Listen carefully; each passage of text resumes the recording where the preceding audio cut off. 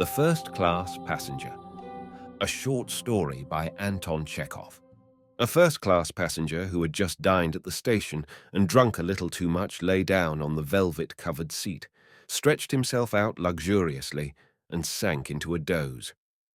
After a nap of no more than 5 minutes, he looked with oily eyes at his vis-a-vis, gave a smirk, and said, "My father, of blessed memory, used to like to have his heels tickled by peasant women after dinner. I am just like him, with this difference that after dinner I always like my tongue and my brains gently stimulated. Sinful man as I am, I like empty talk on a full stomach. Will you allow me to have a chat with you?" "I shall be delighted," answered the vis-a-vis. After a good dinner, the most trifling subject is sufficient to arouse devilishly great thoughts in my brain. For instance, we saw just now near the refreshment bar 2 young men, and you heard one congratulate the other on being celebrated. "I congratulate you," he said. "You are already a celebrity and are beginning to win fame." Evidently actors or journalists of microscopic dimensions, but they are not the point. The question that is occupying my mind at the moment, sir, is exactly what is to be understood by the word fame or charity. What do you think?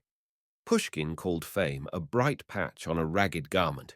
We all understand it as Pushkin does, that is, more or less subjectively, but no one has yet given a clear logical definition of the word. I would give a good deal for such a definition. Why do you feel such a need for it? You see, if we knew what fame is, the means of attaining it might also perhaps be known to us, said the first-class passenger after a moment's thought. I must tell you, sir, that when I was younger, I strove after celebrity with every fibre of my being. To be popular was my craze, so to speak.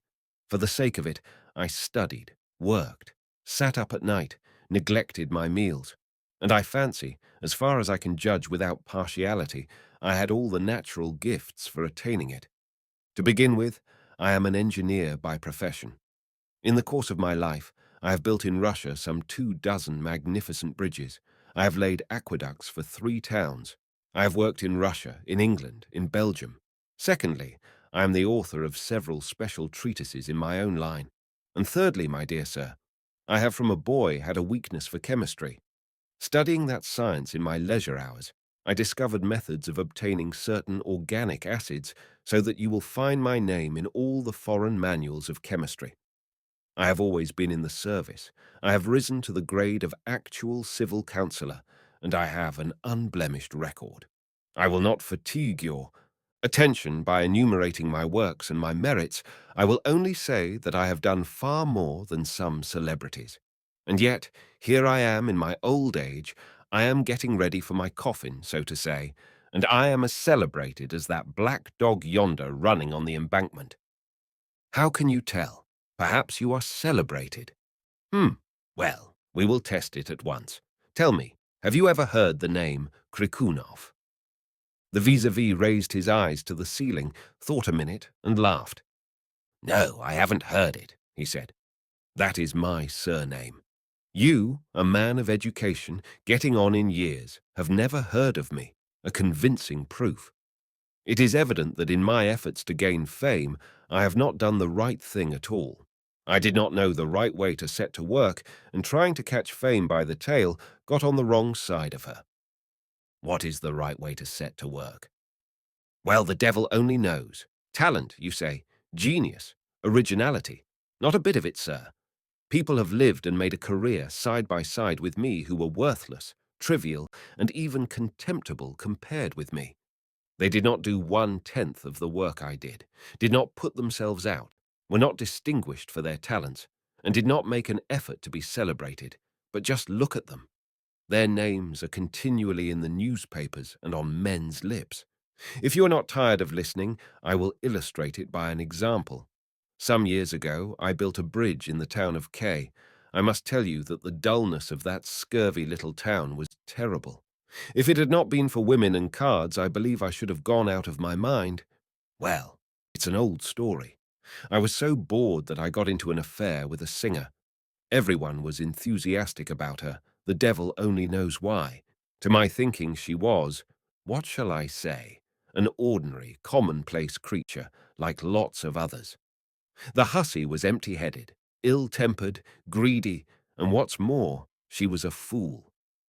She ate and drank a vast amount, slept till 5 o'clock in the afternoon, and I fancy did nothing else. She was looked upon as a cocotte, and that was indeed her profession, but when people wanted to refer to her in a literary fashion, they called her an actress and a singer. I used to be devoted to the theatre, and therefore this fraudulent pretense of being an actress made me furiously indignant. My young lady had not the slightest right to call herself an actress or a singer. She was a creature entirely devoid of talent, devoid of feeling, a pitiful creature, one may say. As far as I can judge, she sang disgustingly. The whole charm of her art lay in her kicking up her legs on every suitable occasion, and not being embarrassed when people walked into her dressing room.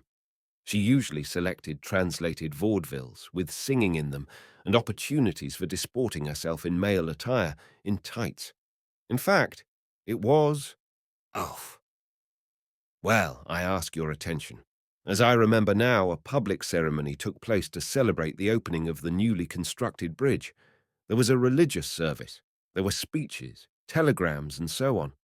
I hung about my cherished creation, all the while afraid that my heart would burst with the excitement of an author. It's an old story, and there's no need for false modesty, and so I will tell you that my bridge was a magnificent work. It was not a bridge, but a picture, a perfect delight. And who would not have been excited when the whole town came to the opening? Oh, I thought, now the eyes of all the public will be on me. Where shall I hide myself? Well, I need not have worried myself, sir. Alas! Except the official personages, no one took the slightest notice of me. They stood in a crowd on the river bank, gazed like sheep at the bridge, and did not concern themselves to know who had built it. And it was from that time, by the way, that I began to hate our estimable public. Damnation, take them. Well, to continue. All at once the public became agitated. A whisper ran through the crowd. A smile came on their faces. Their shoulders began to move. They must have seen me, I thought. A likely idea. I looked, and my singer, with a train of young scamps, was making her way through the crowd. The eyes of the crowd were hurriedly following this procession. A whisper began in 1,000 voices. That's so-and-so, charming, bewitching. Then it was they noticed me. A couple of young milksops, local amateurs of the scenic art, I presume, looked at me, exchanged glances, and whispered, "That's her lover." How do you like that? And an unprepossessing individual in a top hat with a chin that badly needed shaving hung round me, shifting from one foot to the other, then turned to me with the words, "Do you know who that lady is, walking on the other bank? That's so-and-so. Her voice is beneath all criticism, but she has a most perfect mastery of it." "Can you tell me," I asked the unprepossessing individual, "who built this bridge?" "I really don't know," answered the individual. "Some engineer, I expect." "And who built the cathedral in your town?" I asked again. "I really can't tell you."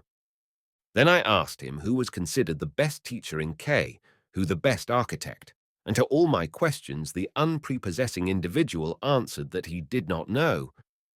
"And tell me, please," I asked in conclusion, "with whom is that singer living?"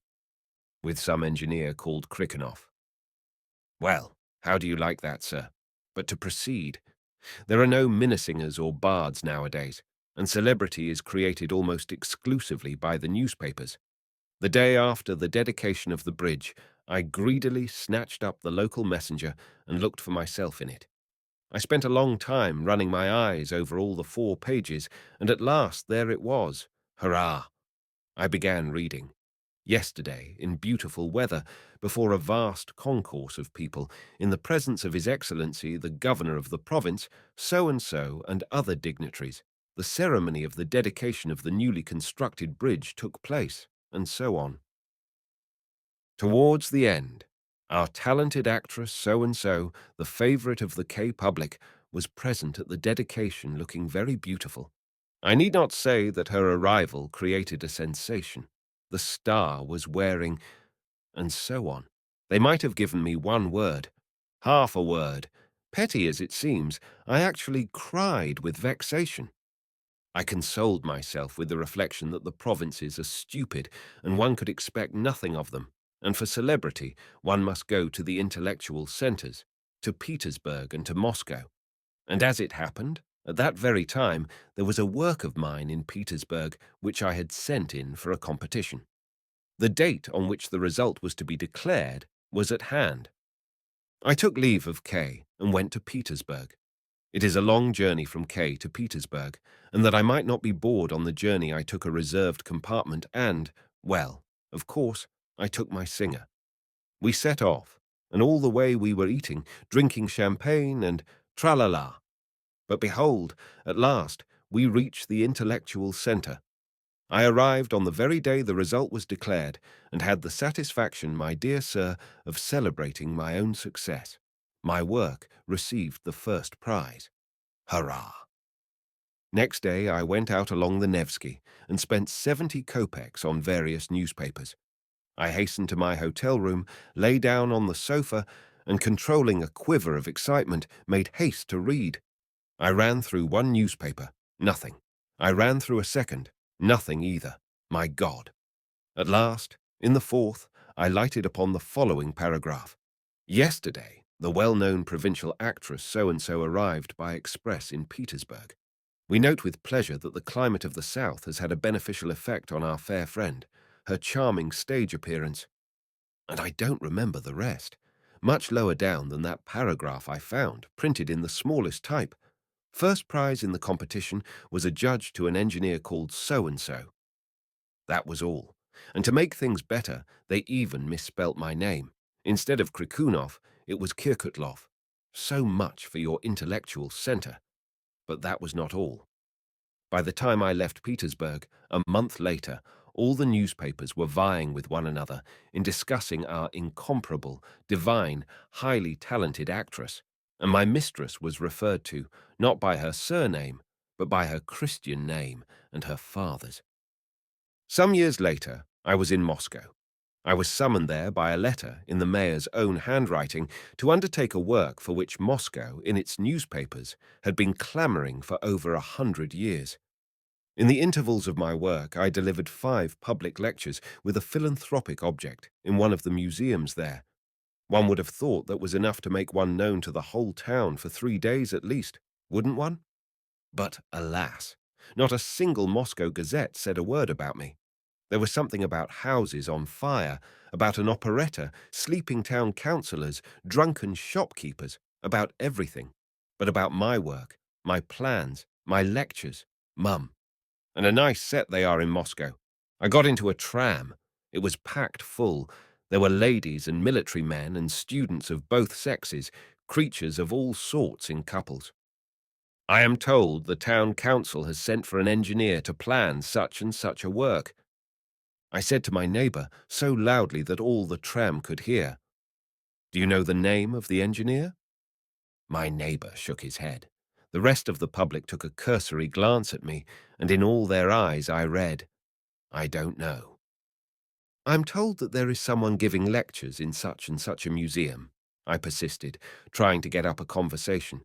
"I hear it is interesting." No one even nodded. Evidently they had not all of them heard of the lectures, and the ladies were not even aware of the existence of the museum. All that would not have mattered. But imagine, my dear sir, the people suddenly leaped to their feet and struggled to the windows. What was it? What was the matter? "Look, look," my neighbour nudged me. "Do you see that dark man getting into that cab? That's the famous runner king." And the whole tram began talking breathlessly of the runner who was then absorbing the brains of Moscow. I could give you ever so many other examples, but I think that is enough.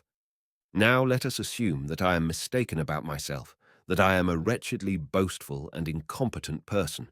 But apart from myself, I might point to many of my contemporaries, men remarkable for their talent and industry, who have nevertheless died unrecognized.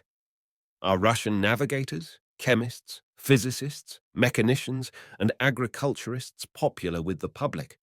do our cultivated masses know anything of? Russian artists, sculptors, and literary men. Some old literary hack, hard-working and talented, will wear away the doorstep of the publishers' offices for 33 years, cover reams of paper, be had up for libel 20 times, and yet not step beyond his ant-heap. Can you mention to me a single representative of our literature who would have become celebrated if the rumour had not been spread over the earth that he had been killed in a duel, gone out of his mind, been sent into exile, or had cheated at cards? The first-class passenger was so excited that he dropped his cigar out of his mouth and got up. Yes, he went on fiercely, and side by side with these people, I can quote you hundreds of all sorts of singers, acrobats, buffoons, whose names are known to every baby. Yes. The door creaked. There was a draught, and an individual of forbidding aspect, wearing an Inverness coat, a top hat, and blue spectacles, walked into the carriage. The individual looked round at the seats, frowned, and went on further. Do you know who that is? There came a timid whisper from the furthest corner of the compartment. That is NN, the famous Tula card sharper who was had up in connection with the Y Bank affair. There you are, laughed the first-class passenger. He knows a Tula card sharper, but ask him whether he knows Semiratsky, Tchaikovsky, or Solovyov the philosopher. He'll shake his head. It's swinish. 3 minutes passed in silence. Allow me in my turn to ask you a question, said the vis-a-vis timidly, clearing his throat. Do you know the name of Pushkov? Pushkov? Pushkov. No, I don't know it.